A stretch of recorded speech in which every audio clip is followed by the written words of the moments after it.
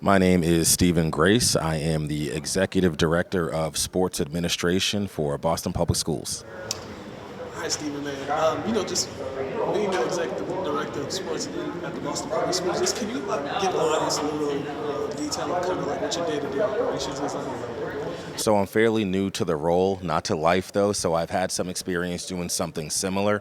What I've been tasked with in Boston Public Schools is really expanding the relationship of Boston Public Schools with the community and the city to make sure that we create greater opportunities for our youth to access sports, but also all of the benefits that come with it. So that's going to involve working on projects with the city that will provide opportunities. So the White Stadium project. I'll also be working on business development, working with organizations and corporations that are looking to support youth athletics in the city of Boston, as well as making sure that there's equal and equitable access to athletics for all of our students. Right. And working in youth athletics, right, that you can learn a lot about yourself playing sports. You can learn a lot about people playing sports and develop a lot of good habits.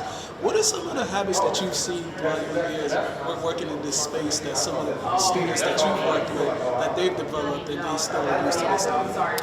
I think with athletics, there's nothing that you can fake when you get faced with competition. It's going to show you whether or not you prepared, and so one of the best skills you can learn is showing up. The ability to show up is so underwhelmingly unpopular, right? So showing up to a practice every day, committing to a schedule, being there and showing up to support others, supporting teammates, that's a transferable skill that's going to serve you in any industry, no matter what you're doing. And a lot of people really underestimate the value of just being there. Many of my opportunities came from me showing up every day, and I can make something of it once I'm there. I would also say that when you're thinking about athletics, we look at a city in our community, and since I do work for an education system, there's an education ecosystem that exists in the city, and athletics plays a portion in that. But there are so many other entities, libraries, like I mentioned, businesses, corporations, the school district itself, right, that contribute to this education ecosystem. And we need to have athletics as part of it, not as always the reason someone wants to volunteer and be a part of an education system, or for the students that carrot to get them to participate and show up more in school. We need to be on an even playing field with academics and support both and vice versa. Being part of athletics is a privilege, it's not a right, as many would say. How are you and others able to get that message to the students that this is a privilege to play? So with that privilege, if you want to have that privilege to play, you have to do these things in the classroom. You have to maintain a certain degree. You have to make sure you show up on time to school. You have to make sure you have good behavior. You have to also make sure that you're a good person. You don't want to come in with an attitude or anything like that, right? How are you and others able to ensure the students and remind them that this is a privilege and not a right? I think that the privilege of playing athletics comes with a return on investment.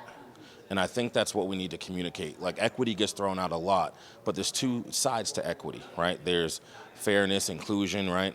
Equal opportunity, but there's also the investment that you put in and that return on investment that you should expect. That's the other definition of equity.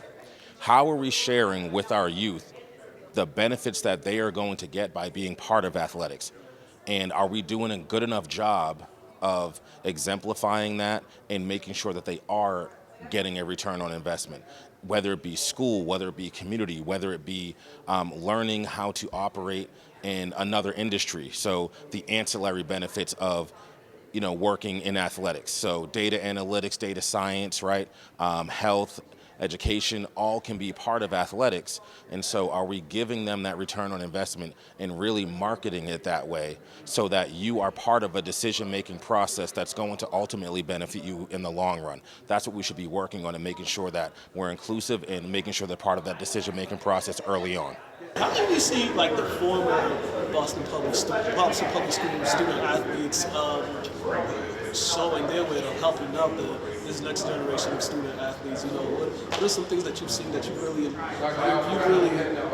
could tip your hat to the former Boston Public School student athletes that came back, you know, that did go on that route that you said, and they did do all the right things and were able to go to college and get their education, and now they're bringing that back and showing the next generation, you know, the proper way to do things.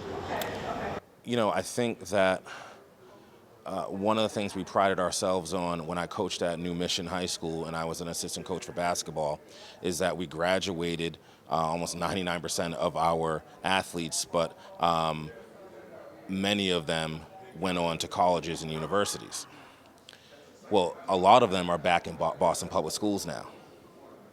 There are things that they realized through their journey from being mentored by us, but even taking it a step further, that are now working in Boston Public Schools all across the city, doing what you just described, giving back, helping kids that were in a similar position as them to elevate them so that they can help their community as well. So I've seen it firsthand, and it happens with other programs, it happens with other institutions as well, but I think that's important. When somebody realizes on their own that it's important to give back to your community through athletics, through Boston Public Schools, and we have countless examples of it throughout the city. And guys at the student support have been doing so much work these last few years, especially during the summertime, because you want to give the kids something to do so they don't end up in the news for the wrong reason, or they end up somewhere they shouldn't be, right?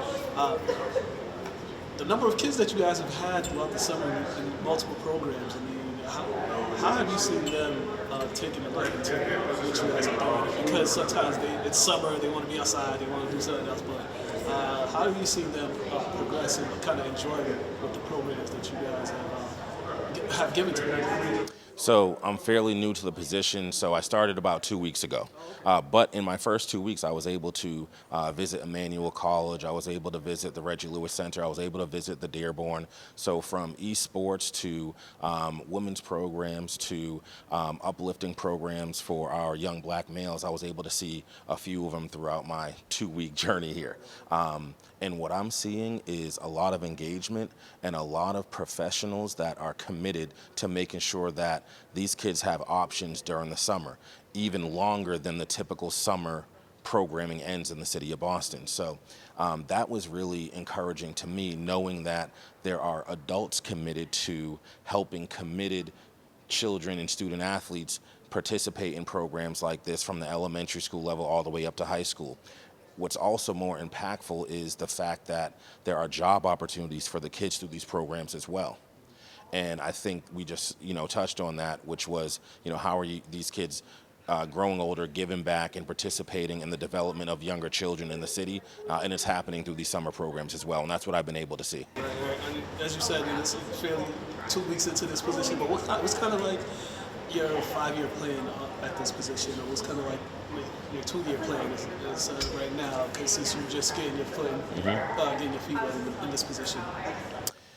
I think that for me personally, I want to make sure that the awareness of the good work that is being done in student support and athletics is being shared with the community to, gather support, but also provide more opportunity for the community and for students.